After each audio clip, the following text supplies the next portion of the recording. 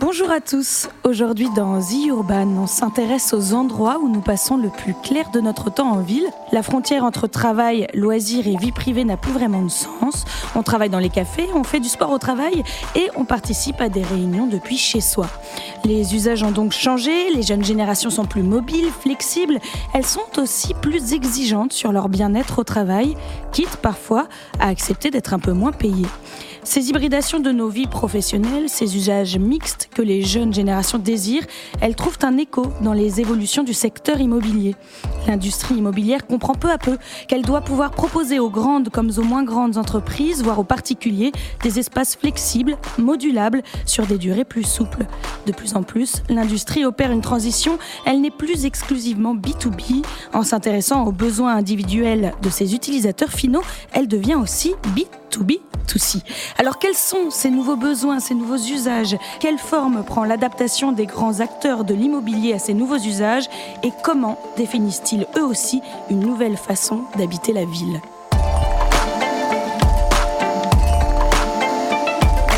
Pour répondre à ces questions, nous recevons aujourd'hui Valérie Britet. Bonjour Marie. Vous êtes la directrice exécutive bureau de Gecina qui nous racontera les multiples initiatives concrètes de Gecina pour accompagner ces mutations. Julien Emery, vous êtes le cofondateur du cabinet de conseil Quartier Libre. Et au sein de Quartier Libre, vous repensez activement la relation de l'homme à son entreprise et vous imaginez ce qui est parfait pour nous aujourd'hui, le futur des espaces de travail. Vous allez nous raconter de quels usages on parle vraiment quand on évoque ces mutations. Quel est l'usage qui, pour vous, a le plus d'impact pour l'industrie immobilière ? Alors, je pense que ce qui touche le plus l'usage, c'est comment nos nouvelles formes de socialisation aujourd'hui modifient notre propre relation au travail. On voit que ce qui fait société n'est plus forcément l'appartenance à une institution, mais bien plutôt l'amarrage à un réseau actif d'individus. Ce réseau affinitaire, finalement, plus que identitaire, c'est un réseau de projets et plus que d'appartenance historique. Et je pense que c'est ça qui bouscule particulièrement le cadre. Et quand on regarde son application, finalement, de cette question de la socialisation sur les espaces de travail, pour moi, il y en a 3. Le premier, c'est « je veux pouvoir travailler quand je veux, comme je veux et où je veux ». C'est aussi la valorisation de son propre capital social. C'est en quoi mon bureau, en quelque sorte, permet, en touchant ma fierté, de me valoriser par rapport à mon propre réseau personnel. Et puis enfin, ce sont des espaces de travail qui, pour moi, annihilent complètement la notion de hiérarchie. Merci Julien. Bonjour Sylvain Fortier. Bonjour. Vous êtes chef des investissements et de l'innovation d'Ivanhoé Cambridge. C'est l'un des plus grands gestionnaires de fonds institutionnels au Canada. Vous êtes donc à l'avant-garde des grands changements en cours dans le secteur immobilier. Est-ce que c'est exagéré aujourd'hui de dire qu'on est en train de passer d'une industrie B2B à une industrie B2B2C ? Il faut bien comprendre ce que le client veut. Et on a peut-être oublié du côté bureau que le client, c'est l'utilisateur.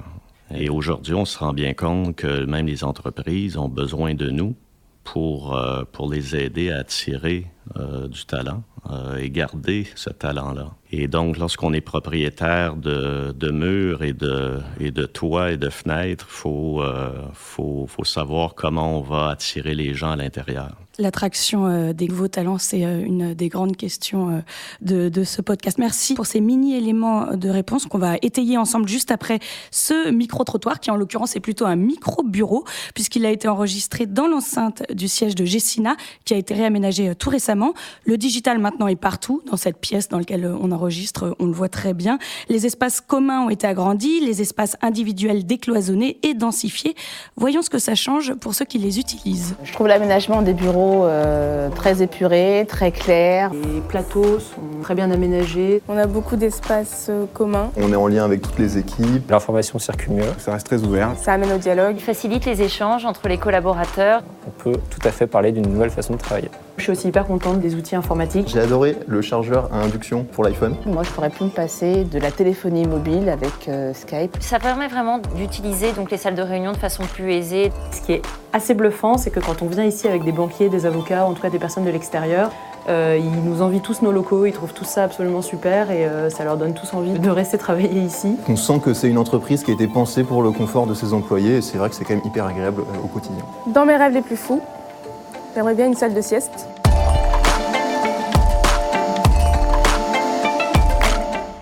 Valérie Britet, à quand l'espace sieste ? Alors, l'espace sieste est en cours d'étude. En fait, là où je voudrais insister, c'est que d'abord, c'est un projet de transformation. Après, on a traduit ça par un projet d'organisation spatiale. Il faut savoir que la culture de Gecina était plutôt traditionnelle autrefois en termes de management et d'organisation. Donc, on était dans une société très hiérarchisée et chacun dans son métier, dans son silo. Donc l'organisation spatiale correspondait tout à fait à la manière de travailler du groupe autrefois, c'est-à-dire en métier, pas en mode projet, pas en mode collaboratif. Et l'idée, c'était vraiment de réorganiser en mode projet, en business unit, et pour le coup, d'être dans des espaces complètement décloisonnés. Et on a ce côté suite d'avoir cet effet comme à la maison et d'être dans une bulle. On voit bien donc que vous êtes partie des nouvelles façons de travailler. Julien Emery, nous l'avons rapidement dit en introduction, c'est vrai que les tiers-lieux se multiplient, qu'on entend de plus en plus parler des digital nomades, des freelancers. Qu'est-ce que c'est la réalité derrière ce cliché dont on parle beaucoup ? Alors aujourd'hui, on estime aux États-Unis qu'il serait à peu près de l'ordre de 40% des actifs. Probablement d'ici une dizaine d'années, on pourrait arriver à 50% des actifs américains dans ce type de configuration. En France, on a un statut un peu particulier qui est celui de l'auto-entrepreneur. Alors les chiffres, là aussi, seraient de l'ordre d'à peu près d'1 million d'auto-entrepreneurs en France, selon le Haut Conseil pour le financement de la protection sociale. Et 200 000 d'entre eux seraient, là aussi, c'est difficile à chaque fois de pouvoir maîtriser tout ceci, seraient liés en fait à des plateformes de type de désintermédiation finalement et d'organisation de ce travail de freelance. Ça, c'est du côté de la transformation de l'emploi. Des espaces de coworking, c'est un véritable booming. On en compte à peu près 600 aujourd'hui sur le territoire français. Ça a été multiplié par 10 depuis 2012. En tout cas, c'est un vrai mouvement qui est en train de se conduire. Et alors, que viennent chercher les usagers quand ils vont au bureau, Julien ? Je crois qu'on l'a entendu très clairement dans le micro-bureau, chez Gecina. Ce qu'ils viennent rechercher dans les espaces de coworking, d'ailleurs, comme dans les bureaux plus traditionnels, c'est du lien, de la relation. Plus l'économie se digitalise, plus ce besoin de lien, de relation et de contact physique est extrêmement important et essentiel. Et d'ailleurs, les entreprises qui développent des espaces de coworking l'ont bien compris, puisque ça fait partie de leur promesse d'appartenance à une communauté qui va permettre à ces différents membres de pouvoir aussi booster leur activité professionnelle et leur business. Et on pourrait se poser la question même comment ces espaces de coworking peuvent devenir ou se constituer demain en société même de prestations de services. Je prends l'exemple de WeWork. On va y revenir tout à l'heure à WeWork. On y reviendra et probablement, en fait, ce qui est intéressant pour WeWork, c'est que ça pourrait être demain une société qui fasse concurrence à un Publicis ou à un Accenture, qui pourrait mobiliser les ressources de ses membres pour pouvoir répondre à des appels d'offres, pour revoir une stratégie digitale, pour revoir une politique marketing, etc. On voit véritablement que l'espace même de travail, en l'occurrence là, dans le cas de WeWork, peut faire société, constituer en fait un collectif. Et je crois véritablement, pour conclure, que cette question de la marque deviendra absolument essentiel dans les années qui viennent. Je pense que c'est ce qui va véritablement créer en quelque sorte une bannière derrière laquelle les entreprises vont pouvoir réunir des gens, que la question de la culture est quelque chose qui est éminemment important et qu'à ce titre-là, les espaces de travail ont un rôle éminemment à jouer, en ce sens qu'ils doivent être là aussi pour représenter et incarner la singularité d'une culture d'entreprise, la singularité d'une marque, de faire en sorte que ces engagements, que ce soit ces engagements environnementaux ou sociétaux, soient aussi traduits dans les espaces mêmes de travail. Je pense que là-dessus, il y a un enjeu clair pour les espaces. Et est-ce qu'il y a, d'après vous, Valérie, Julien, des écueils ou des pièges à éviter dans les grandes tendances du moment ? Il y en a une que l'on observe en fait chez nos clients rencontres. C'est le passage dans l'organisation spatiale à ce que j'appelle le flex, c'est-à-dire le poste de travail qui n'est pas attribué à quelqu'un. Il y a un effet mode et je ne sais pas pourquoi certaines sociétés s'y précipitent. Du jour au lendemain, elles passent toute leur population en 100% flex, donc aucun poste attribué. Donc là, on voit un peu les écueils de ces tendances et donc le flex est un bon exemple dans ce cadre-là. Vous êtes d'accord, Julien ? Oui, je crois que dans un monde qui est quand même en bouleversement et en accélération rapide, il y a aussi besoin de donner un certain nombre de repères. Et je pense qu'il y a aussi cette idée un peu derrière le suite dont vous reparlerez probablement, Valérie. Mais je crois qu'il y a vraiment ce besoin de rassurer aussi et de donner quelque part des éléments de confiance vis-à-vis des collaborateurs. Et je dirais que probablement l'autre écueil que je vois, c'est l'écueil de l'uniformisation. Je reviens, c'est ce que j'évoquais sur la question de la marque, c'est comment faire en sorte aujourd'hui que lorsque on visite dans les 10 premières minutes le siège social de telle ou telle entreprise, qu'on puisse, comme ça, de manière instantanée, se dire « je suis là ». Précisément. Et aujourd'hui, je visite beaucoup d'entreprises et je trouve qu'il y a une très forte homogénéité. On ne sait plus véritablement où l'on est.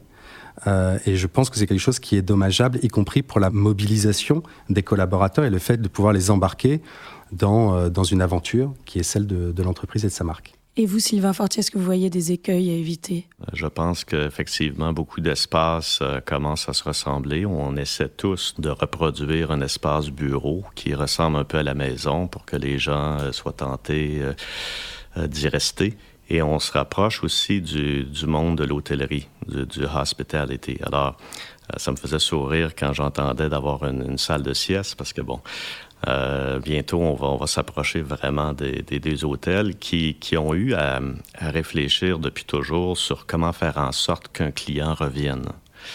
Tant dans le bureau, on s'est rendu confortable avec des baux à très long terme, 10 ans, 15 ans. On dit dans l'hôtellerie que les baux ont une journée. C'est une nuitée, oui. Et donc, qu'est-ce qui fait que quelqu'un va revenir à ce même hôtel?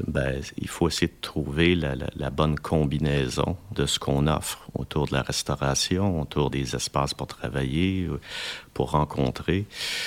Et je pense que les immeubles à bureaux essaient de faire ça. Il y a effectivement un risque, par contre, qu'on balance complètement vers un design qui va être à peu près le même partout. Et là, on va, dans le fond, reproduire une nouvelle norme. Donc l'homogénéisation. Oui, je préfère que ce soit vous qui le disiez.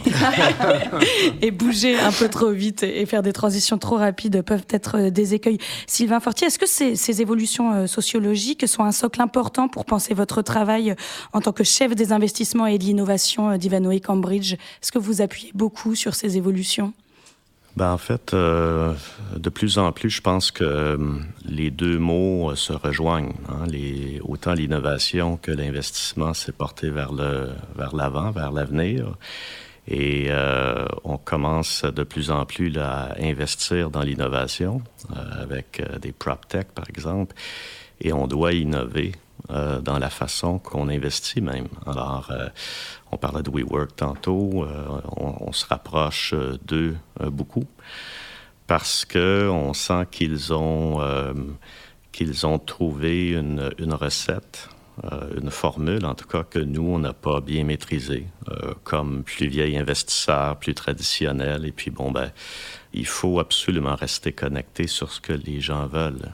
Ça rejoint le point de tantôt, là, au niveau de qu'est-ce que le client veut. Justement, j'allais vous poser cette question, mais vous venez presque d'y répondre. Comment le secteur immobilier, qui est réputé, c'est vrai, pour être un peu monolithique, réagit à ces nouveaux besoins? Est-ce qu'il le fait doucement, petit à petit? Est-ce qu'on commence à sentir une urgence de ce côté-là? Je pense que beaucoup de propriétaires se demandent comment le faire.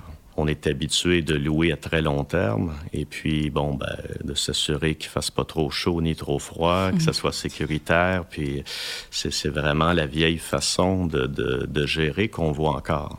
Et comme je disais, si on compare avec l'autre extrême qui est l'hôtellerie, c'est pas un hasard si c'est là qu'on a vu les tendances, on a vu la recherche de l'expérientiel plus que dans un immeuble à bureau, par exemple. Mais justement, Valérie Britet, à Gecina, vous avez lancé 2 nouvelles initiatives, You First Bureau et You First Collaborative. Ça correspond à ce changement de paradigme que sont en train de vivre les grands acteurs de l'immobilier. Avec You First Bureau et You First Collaborative, vous rentrez dans une logique B2B2C? Alors, on rentre dans cette logique, et comme Sylvain le disait tant, aujourd'hui, en fait, on a besoin d'une marque de la même manière que l'employeur a besoin de renforcer son ADN de la marque pour attirer les jeunes talents. Nous, de la même manière, pour en fait faire la rétention de nos grands clients, on se doit d'offrir, au-delà de la relation contractuelle, une relation aujourd'hui qui vise comment, aux côtés de nos grands comptes, contribuer au fait d'attirer pour eux ces jeunes talents, ou les talents d'ailleurs en général. Quand on parle de YouFirst Bureau, sur YouFirst Bureau, on a mené pas mal d'interviews auprès de grands comptes. Et ce dont on s'aperçoit, c'est que ces grands comptes, aujourd'hui, leur principale difficulté, c'est d'attirer les talents. Je parle même pas du basique qu'il faut pour une marque, qui est d'être respectueux de son environnement. Donc de toute façon, le jeune talent, aujourd'hui, si vous n'êtes pas respectueux de l'environnement, vous n'avez pas des vraies valeurs, il ne viendra pas. Et de la même manière qu'un jeune talent va choisir un job aujourd'hui, d'abord parce que la société est inspirante, mais surtout le contenu du job est inspirant, il faut que le lieu où le collaborateur se rendra soit inspirant également. Donc il faut qu'il se démarque. Donc dans YouFirst Bureau, ce qu'on a souhaité, ce qu'on a observé, c'est que les grands comptes ont besoin d'un lieu à un moment donné. Comme le disait Julien, on retrouve ce lien social dans ce monde de digitalisation. Il s'avérera certainement que les sièges futurs des sociétés seront sur des espaces un peu plus réduits qu'aujourd'hui, mais ils auront besoin de ces surfaces corps pour ces équipes corps et ce que j'appelle l'immeuble cœur. Et là, on restera dans une relation contractuelle d'un bail plutôt longue durée. Mais si Gecina ne restait que sur cette forme de relation, en fait, on ne va pas offrir une offre qui sera renchérie auprès du grand compte et dans le fait d'attirer les jeunes talents, parce que ce qu'ils nous expliquent, c'est qu'ils ont aussi besoin de tiers-lieux. Et quand ils ont besoin de tiers-lieux, on pense tout de suite à d'autres lieux, mais ça peut être même dans leurs propres immeubles. Et quand je parle de tiers-lieux, c'est des espaces où, quand on parlait d'écosystème, donc on peut le retrouver à l'intérieur du même immeuble, ou à l'intérieur d'un réseau de surface. Et j'aime bien cette idée de réseau, puisque nous, on a un réseau d'immeubles aux meilleurs endroits dans Paris. C'est de pouvoir faire bénéficier aux collaborateurs, donc aux usagers finaux, d'autres lieux que le siège qu'on a loué ensemble avec ce grand compte. Ça permet aussi de répondre à une des attentes des grands comptes, qui est l'immédiateté. Parce qu'aujourd'hui, une société n'a plus de visibilité à 2 ans sur le people dont elle a besoin, et surtout elle crée des projets en permanence, donc ils ont besoin d'équipes projets en permanence. Et sur l'usager final, comme on le disait aujourd'hui, le talent veut avoir le choix. Donc il veut avoir le choix de sa société, le choix du lieu pour travailler, parce que métro, boulot, dodo, c'est terminé, et ça on le voit vraiment. Et donc pour le coup, le fait d'avoir ces tiers-lieux où l'offre servicielle, en plus, est renchérie, puisque quand on est sur YouFirst collaborative, on est sur, justement, offrir des postes équipés, mais avec tout ce qui est all-inclusive à côté, donc ça va également sur tout ce qui est service. La notion servicielle est de plus en plus présente, et on le sent, et d'ailleurs dans l'hôtellerie, l'hôtellerie s'est distinguée par cette notion de service, et quand on aime une marque, on y revient, c'est parce qu'on a une qualité de service supérieure, et on l'a bien vu aussi dans le retail, à un moment donné, quand est arrivé l'e-commerce, et la concurrence de l'e-commerce, pour se démarquer, c'était retrouver l'expérience client à l'intérieur du lieu physique, de la même manière pour l'immeuble de bureau.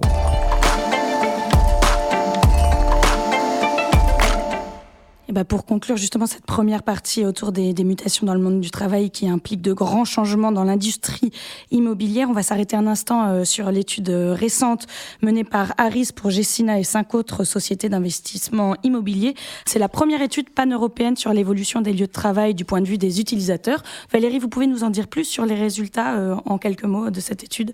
Alors, il n'y a pas de hiérarchisation là, dans les attentes que je vais évoquer. Il y a une véritable volonté de choisir des lieux, des sociétés en rapport avec un respect de l'environnement. Ensuite, c'est vraiment le sentiment d'avoir choisi une société et un lieu qui va retranscrire une forme de bien-être. Dans le bien-être, on a ce côté smart building, donc il faut que le building soit smart, mais il faut également qu'il soit ultra connecté. Alors, on n'a pas tant parlé de la connectivité, mais la connectivité aussi est quelque chose sur lequel Gecina travaille d'ailleurs dans ses nouveaux projets, parce que de la même manière que le collaborateur veut choisir en fait son lieu, après à l'intérieur de son lieu, il veut aussi avoir le choix de l'espace dans lequel il va travailler à l'instant T. Donc la connectivité est importante.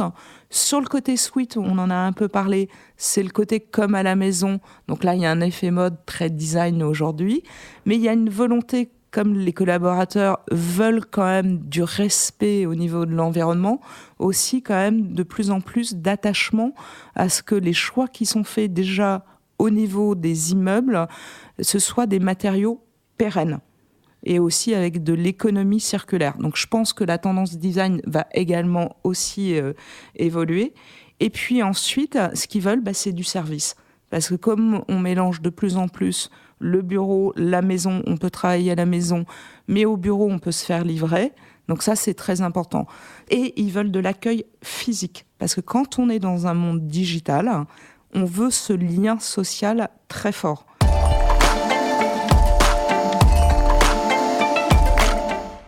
Restons justement sur Gecina. Il y a parmi les prochains projets de Gecina le 7 rue de Madrid. C'est une surface de 11 800 mètres carrés dont le bail a déjà été signé avec WeWork, géant américain des espaces de coworking. Sylvain Fortier, en Amérique du Nord, je pense que la tendance est encore plus lourde.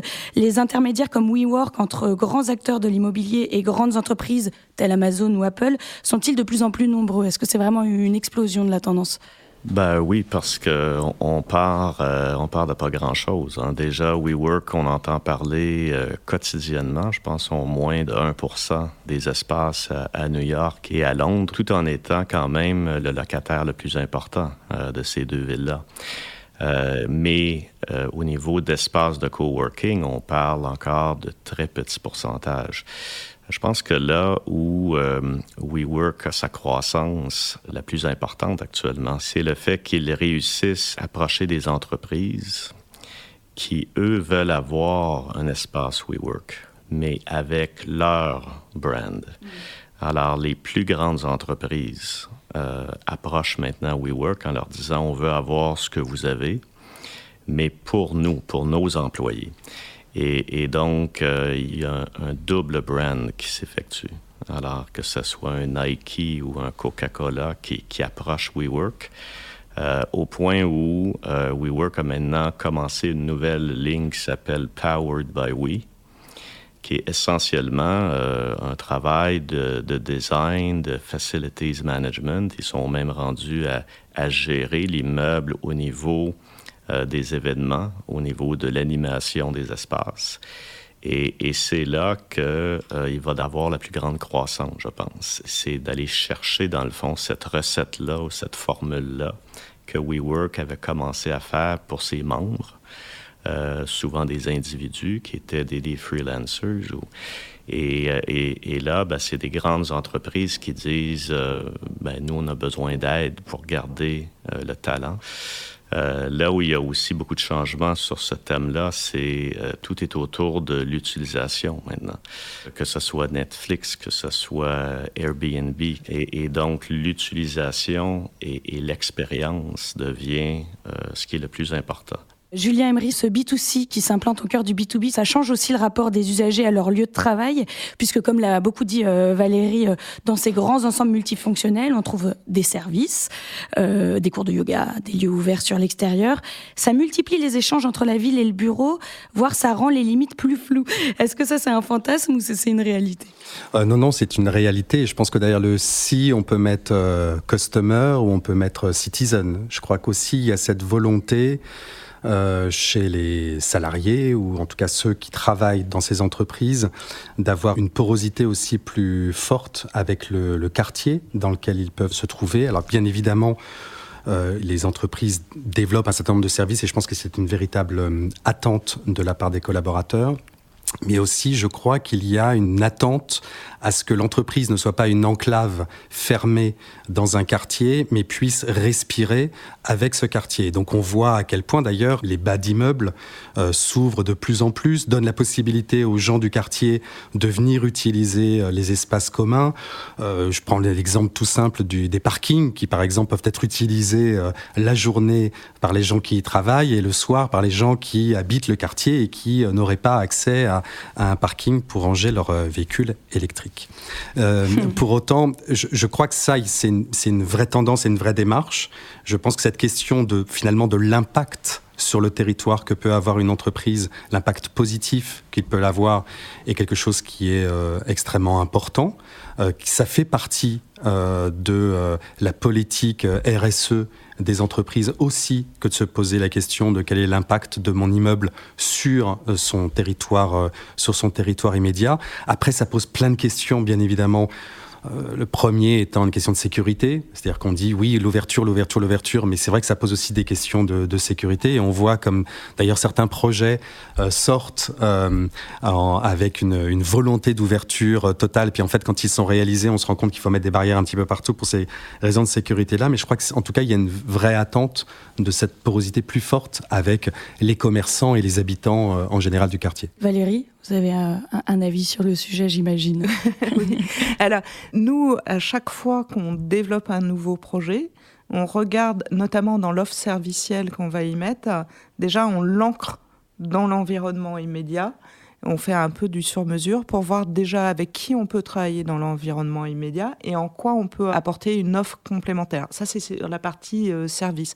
Je peux prendre un exemple qui me tient beaucoup à cœur, c'est l'immeuble Live qu'on est en train de développer, donc sur l'avenue de la Grande Armée. Alors, il a en plus cette particularité, comme il a 110 mètres de linéaire, avec une nef de 8 mètres, parce qu'on était quand même sur un immeuble avec une nef industrielle, c'était l'ancien siège de PSA, qui est assez mythique, d'avoir cette possibilité dans le projet de l'ouvrir sur la ville et d'en faire, maintenant on est vraiment dans un système de porosité, et même aujourd'hui les entreprises, pour attirer toujours les talents, souhaitent avoir cette porosité. On le voit bien, là pour le coup les jeunes générations, quand on est sur les millennials, ils ont du mal de plus en plus à passer le périphérique, ou alors il faut être sur des hubs de transport extrêmement bien desservis, et ils choisissent un lieu, une société, parce qu'elle est dans un quartier qui est tertiaire, mais aussi où il y a de l'habitation et aussi du commerce. Donc c'est la même chose, c'est le même souhait à l'intérieur des immeubles. Donc on va venir de plus en plus à des immeubles qui seront d'ailleurs plutôt occupés à plusieurs que uniquement seuls, et dans ce souci aussi de flexibilité et de brassage des populations. Et dans cette optique, on peut imaginer qu'investir dans des bureaux loin des centres-villes, ça devient une impasse, Sylvain Fortier? Effectivement, ça devient plus difficile. Par contre, ce qu'on voit dans certains grands centres américains, par exemple, c'est un regroupement autour des collèges ou des universités. Donc, il y a aussi cette tendance-là. Mais c'est vrai que les grandes villes, aujourd'hui, deviennent encore plus grandes. Et on retourne à ce que c'était peut-être il y a plusieurs siècles, où est-ce que c'était dans le fond, c'était des grandes villes qui menait le monde. Et puis, c'est par la suite qu'on a tiré des lignes de pays, mais essentiellement, aujourd'hui, moi, comme investisseur, quand on regarde d'investir dans un nouveau pays, souvent, on regarde qu'une seule ville. On regarde la capitale, on regarde le grand centre. C'est vrai que d'investir ailleurs et dans des banlieues ou des villes secondaires, c'est plus rare. Et il y a aux États-Unis, et plus particulièrement dans la Silicon Valley, des entreprises qui ont des projets immobiliers de très grandes envergures. Je pense à Mark Zuckerberg, qui disait en 2015 vouloir que le campus Facebook devienne une véritable ville. Je pense à Google, qui veut restructurer une partie de San José en Californie pour en faire une ville Google à l'intérieur de la ville. Bref, certaines villes pourraient devenir des extensions des espaces de travail, façon Le Creusot, en fait, au 19e siècle. Google, avec sa filiale Sidewalk Lag, par exemple, développe en ce moment un projet qui fait l'objet de critiques assez vives à Toronto. Est-ce qu'on est un peu revenu sur ces projets d'entreprises qui deviennent carrément des villes? Est-ce que c'est intéressant pour les grands acteurs de l'immobilier? Nous, par exemple, on détient des immeubles résidentiels à San Francisco. Et depuis des années, ces employeurs-là devaient avoir, vous avez peut-être entendu parler de ce qu'on appelait les Google Bus, qui prenaient tous les matins des employés qui voulaient vivre à San Francisco, qui ne voulaient rien savoir du Silicon Valley, et donc qui les amenaient vers la banlieue. Donc, c'était vraiment le monde à l'envers. Et au point, ils se sont rendus compte qu'il fallait qu'ils ouvrent des bureaux dans les grandes villes. et en même temps, qui se dotent d'une mini-ville autour de leur campus pour que les jeunes veuillent y venir et y rester. Et c'est pas facile de créer cet environnement-là. Comme investisseur, on est approché actuellement parce qu'on a un savoir-faire au niveau de l'investissement et de l'immobilier. Et ces gens-là cherchent des partenaires qui peuvent les aider à penser justement à quoi construire et comment le construire. Mais en même temps, nous, on a besoin de leur aide pour penser à l'espace et tout ce qui est design et tout ce qu'on a parlé jusqu'à maintenant. Alors, il y a, je pense qu'il n'y a pas de recette unique, c'est clair. Je pense que les gens aujourd'hui veulent d'abord être, je pense, sont attirés par les grandes villes, les grands centres. Et si les entrepreneurs, les entreprises réussissent à créer des espaces intéressants pour que les gens se déplacent, c'est probablement là qu'est la formule gagnante. Qu'en pensez-vous, vous, Julien Emery? Je crois qu'il faut déjà distinguer dans les exemples que vous donniez Sidewalk d'un côté et puis peut-être ces villes-entreprises de l'autre. Sidewalk, je trouve que c'est assez intéressant de voir comment ça peut évoluer, en ce sens où pour moi il y a une forme de disruption aussi de la production même de la ville. Le projet est de dire, basiquement, Google a les data, donc connaît les usages des gens, donc en fonction de ça, on va faire une extrapolation pour imaginer quelle pourrait être la ville ou le quartier le plus liveable, au sens urbanistique du terme, pour ce quartier de Toronto. Et qui pose la question de est-ce qu'on a encore besoin d'urbanistes ou est-ce qu'on a encore besoin d'architectes en fait pour construire la ville de demain. Quant aux villes entreprises ou l'entreprise devenue ville, dans le cas de Facebook par exemple, pour moi, oui, bien entendu, ça fait peur, ça fait penser à un paternalisme 2.0. Vous évoquiez le Creusot. Pour moi, ça n'est ni plus ni moins que l'expression physique de ce qu'est l'algorithme de Facebook. C'est-à-dire qu'on a, et on l'a vu au travers notamment d'un certain nombre d'élections politiques dans le monde dans les dernières années, du poids et de l'enfermement que crée aussi Facebook derrière une promesse d'ouverture. Là, on le voit aussi dans sa traduction physique, spatiale, qui est qu'effectivement, la ville Facebook est une ville qui cherche une forme d'homogénéité, de garder les gens entre soi, en quelque sorte, et de pouvoir le développer de la sorte. Donc, voilà, pour moi, il n'y a pas de surprise particulière dans cette volonté, en tout cas, effectivement, avec en plus des moyens qui sont absolument gigantesques pour pouvoir construire cette ville-là. En revanche, ce que ça pose aussi comme question, selon moi, qui est la question du logement. On a parlé beaucoup des talents aujourd'hui. Aller travailler, par exemple, à Paris pour Facebook ou pour Google, c'est aller travailler dans les centres-villes. Facebook est à côté de l'Opéra, Google dans le 9e, pas très très loin non plus. Pour un jeune diplômé, même des meilleures écoles, aujourd'hui trouver un logement qui lui permette peut-être d'aller travailler à pied, l'idéal, en trottinette éventuellement, etc., c'est pas évident.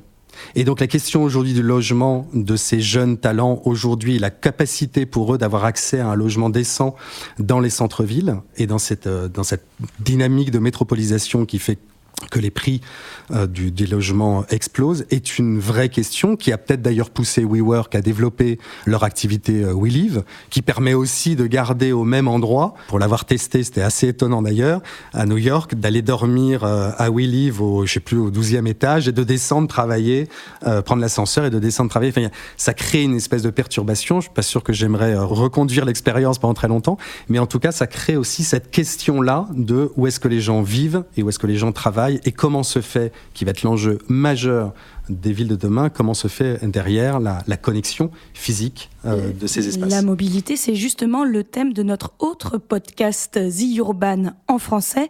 Merci à tous les trois d'avoir participé à cette discussion autour des transformations en cours dans nos lieux de travail, transformations qui sont également en train de changer nos villes et donc par ricochet de révolutionner les missions des grands acteurs de l'immobilier. Pour prolonger ces réflexions, je vous conseille notamment le podcast Technopolis de Citylab. Alors certes, c'est un podcast en anglais, mais ça entraînera nos auditeurs francophones à écouter les épisodes anglophones de The Urban qui sont présentés par Marjorie Paillon. Merci à tous. Merci. Merci.